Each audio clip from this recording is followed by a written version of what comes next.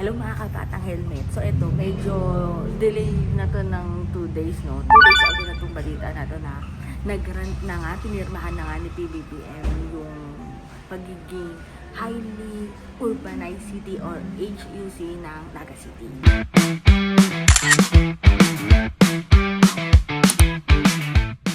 Pero may mga tumutulig sana naman. Diyos ko, meron namang may ayaw.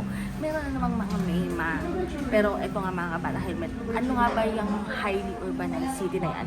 May qualification kasi yan. At yan yung 1991 Constitution para sa LGU, di ba? Medyo kapar.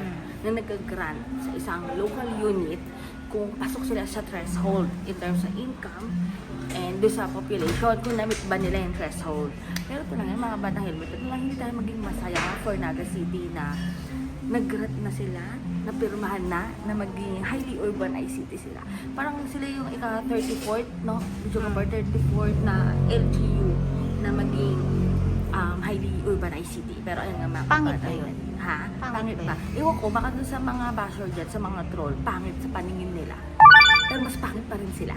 Pero ayun nga mga batang helmet, comment yun ako masasabi dyan. Pero ang tanong ko lang, what if buong Pilipinas, di ba? Highly urbanized. Highly urbanized country tayo. Bakit Lahat ng hindi, probinsya. Diba? Ha? Lahat ng probinsya. Lahat ng probinsya, lahat ng lokal, Oo. di ba? Pero may isa akong kilalang LGU na namumutik-tik. Ha? Namumutik-tik sa, ang sakit na sa mata ng kulay. Ha? Hindi ko mawari. Bakit ganon? Pero pinipigilan kasi ako ni Bijugapur na umepal dito. Pero pag hindi ko talaga napigilan sa sarili ko, Edi go. isisiwalat ko na yan at hindi na tayo magtitimpe at magsasalita na talaga tayo kasi ang sakit na sa matate, ang sakit na sa mata.